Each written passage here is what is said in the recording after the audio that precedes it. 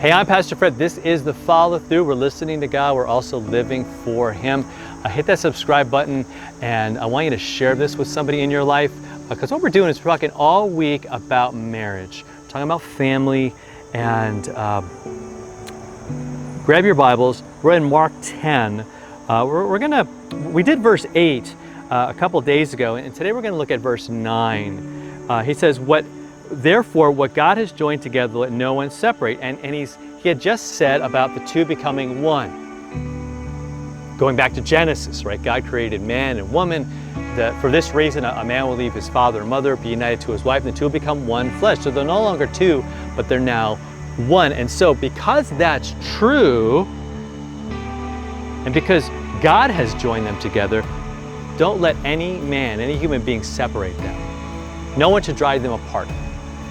And it's just an incredible thing when you look at how God brings us together. Now, I know that there's part of your love story of how you met your wife that involves somebody introducing you. My wife was just talking to somebody about kind of how we met.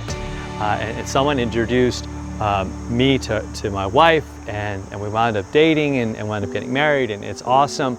And that's our story. We had one of her best friends kind of was instrumental, and it was really awesome.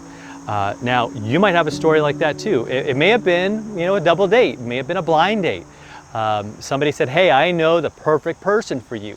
Whatever it was, whatever happened, that's your story. But I think behind all of that, behind those people that introduced you or set you up, whatever you want to call it, there is just a loving and a caring God who was working, and He's the one that brought us together.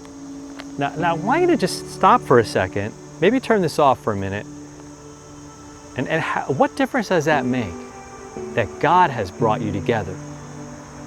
See, to me, I think it makes all the difference. Because it's not just my idea, it's not just my wife's idea, it's not just the vow, it's God's work. So if He brought me together, as Jesus says, well then, why would anyone want to separate us? Like, why would I say, no, I'm going to separate, or my wife go, no, I'm going to separate? When God is the one who brought us together. So if He's the one who brought us together, don't you think He will be the one to keep us together? The one to give us the love that we need, the one to help us and to encourage us.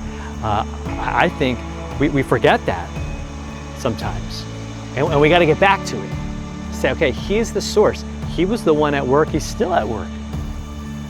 Because I know for me, and for me and my wife, we're always trying to go, okay, let's go back to Jesus, let's go back to His love, let's go back to His forgiveness. That's the foundation.